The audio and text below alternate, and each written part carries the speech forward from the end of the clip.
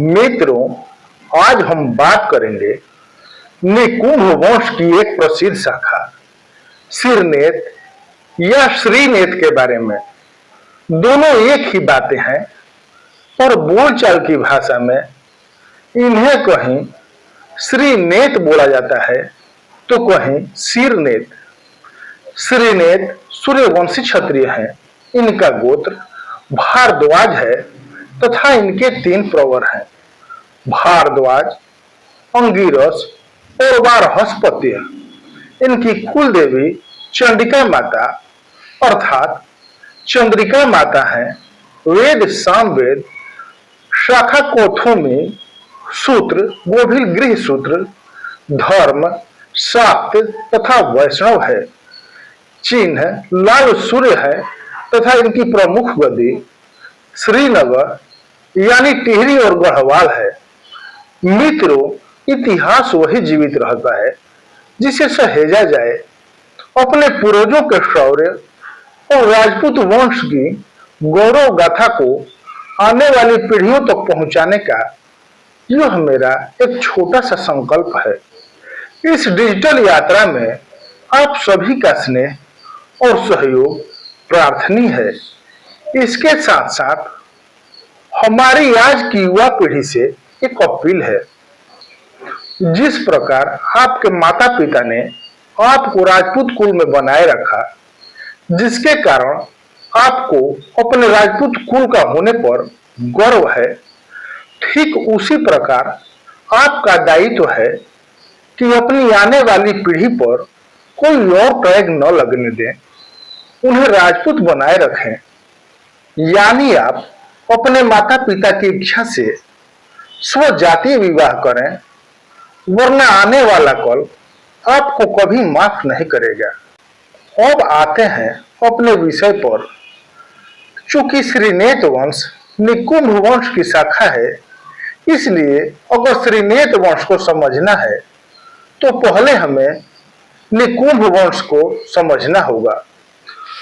तो आइए चलते हैं निकुंभ से श्रीनेत वंश तक के सफर पर। थोड़ी देर ही सही पर दुरुस्त पहुंचेंगे।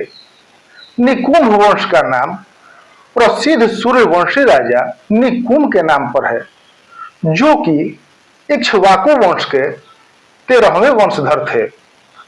प्राचीन वंश होने के कारण इस वंश की प्रसिद्धि समस्त भारतीय इतिहास में है। वह लौटों से पहले मंडलगढ़ के स्वामी निकुंभ ही थे।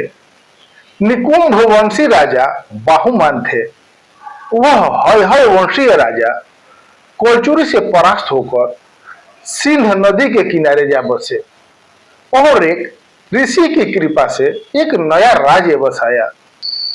सूर्यवंशी राजा निकुंभ के वंश में मांधाता, भागीरथ, औज, दशरथ और श्री रामचंद्र जी का अवतार हुआ। इन्हीं के वंश में कोई पीढ़ी बाद विक्रम का पुत्र भास्कर भट्ट, उनका पुत्र मनोहर भट्ट, उनका पुत्र महेश्वराचार्य, उनका पुत्र सिद्धांत शिरोमणि, भास्कराचार्य, उनका पुत्र लक्ष्मीधर, उनका पुत्र चंग देवगिरी राजा सिंहड़ के दरबार के मुख्य ज्योतिषी थे। चौंगदेव ने अपने दादा के सिद्धांत को पूरा करने के लिए ज्योतिषी की एक पाठशाला स्थापित की। इस वंश में सोई देव के छोटे भाई हेमेंद्र देव थे, जो इस वंश के उत्तराधिकारी हुए।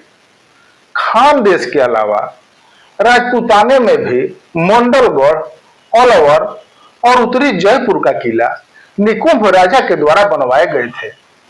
यहाँ के इलाकों को मुसलमानों द्वारा छीन लेने पर भी यह अलवर के स्वामी बने रहे। हरदोई इलाके में इनका ठिकाना है, जो अपना मूल ठिकाना अलवर बताते हैं।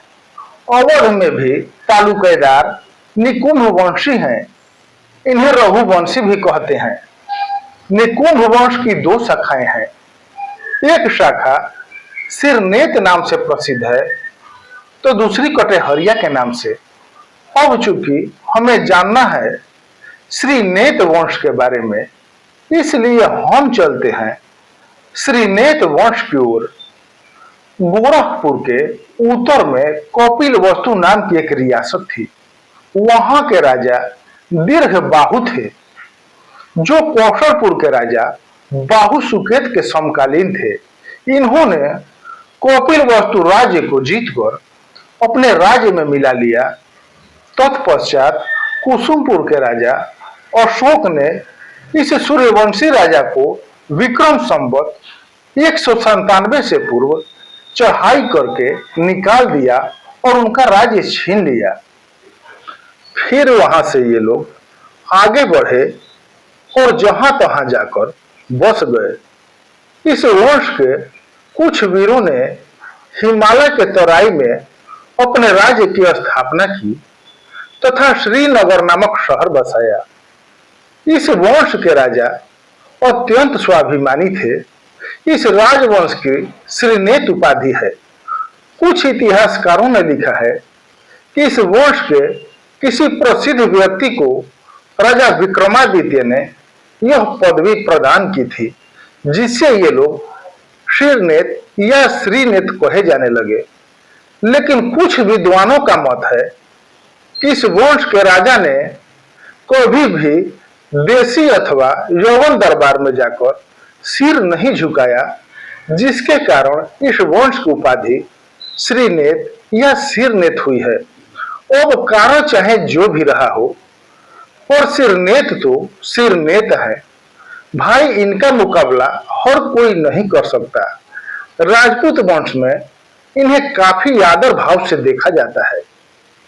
आपने ये गजल तो सुनी ही होगी, जो खानदानी रईस है वो मिजाज रखते हैं नरम अपना।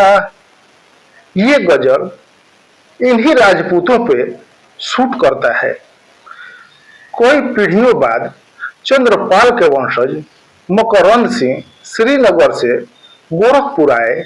यहाँ इन्हें रियासतों से बहुत से गांव मिले। जब इनका खानदान बढ़ा तो वे और भी गांव में फैलने लगे। ये लोग बांस गांव के बाबू के नाम से भी प्रसिद्ध हैं। इनका राज्य सन 1857 की क्रांति में अंग्रेजों के विरुद्ध संघर्ष के कारण बर्बाद हो गया था। इस वंश की रियासतें उत्तर प्रदेश के बस्ती जिले में बांसी और गोरखपुर जिले में उतरौला, देवरिया जिला तथा महाराजगंज है तथा ये अवध के छोटे छोटे गांवों में इनका मुख्य ठिकाना है। साथ ही बिहार के मुजफ्फरपुर, भागलपुर, छपरा, दरभंगा आदि जिलों में, उत्तराखंड के पर्वतीय क्षेत्र में तथा जम्मू और कश्मीर के श्रीनगर के आसपास के क्षेत्र यानी गढ़वाल में ये सदियों से निवास करते आ रहे हैं। इस वंश के पूर्वजों ने पशु बलि की परंपरा, जो एक प्राचीन धार्मिक अनुष्ठान था जिसमें देवी देवताओं को प्रसन्न करने के लिए जानवरों की भेंट दी जाती थी, इसे पूरी तरह से समाप्त कर इस कुप्रथा का अंत कर दिया। इनका मानना है कि किसी जानवर की बलि देकर देवी को प्रसन्न करने से अच्छा है कि अपने ही खून से देवी को प्रसन्न किया जाए। गोरखपुर की बांसगांव तहसील क्षेत्र के श्रीनेत क्षत्रिय नवमी के दिन कुल देवी को रक्त चढ़ाकर उनकी पूजा करते हैं। यह परंपरा यहाँ पीढ़ियों से निभाई जाती रही है। यहाँ 12 दिन के नवजात से लेकर बुजुर्ग तक देवी को रक्त चढ़ाने के लिए माँ के दरबार में आते हैं। यहाँ पहले से ही दरबार में मौजूद नाई हाथ में अस्तूरा लेकर खड़े रहते हैं, जो लोगों के हाथ में चीरा लगाते हैं, जिसके बाद निकलने वाले रक्त को बेलपत्र पर लेकर अपनी कुल देवी के चरणों में चढ़ाते हैं। मित्रों, अस्तूरा एक प्रकार का धारदार चाकू है जिससे दाढ़ी और बाल छीले जाते हैं। हाथ के कटे हुए स्थान पर मंदिर में रखे गए भभूत को लगाया जाता है, जिससे रक्तस्राव बंद हो जाता है।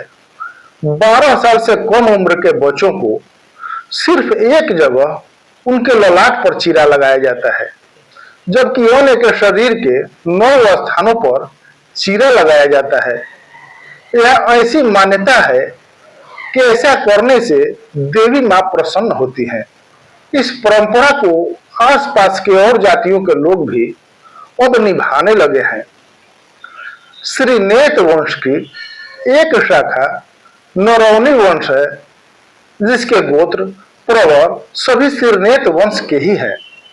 नरवर ग्रह में रहने के कारण ये नरौनी या नरवनी कहलाए। इस वंश के लोग राजा नल को अपना पूर्वज मानते हैं।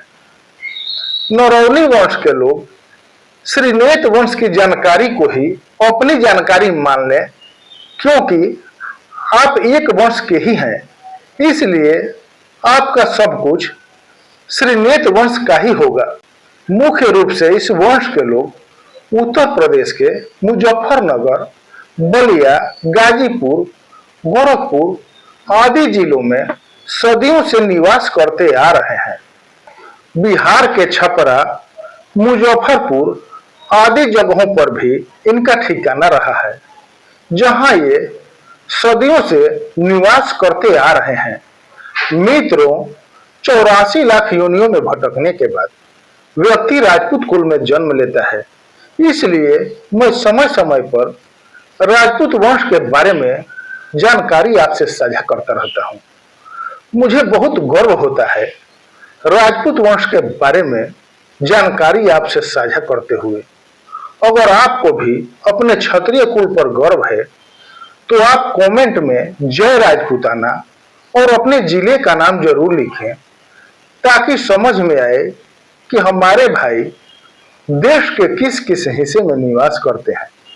फिर मिलते हैं किसी और राजपूत वंश की जानकारी के साथ। तब तक के लिए राम राम। जय भवानी, जय राजपूताना।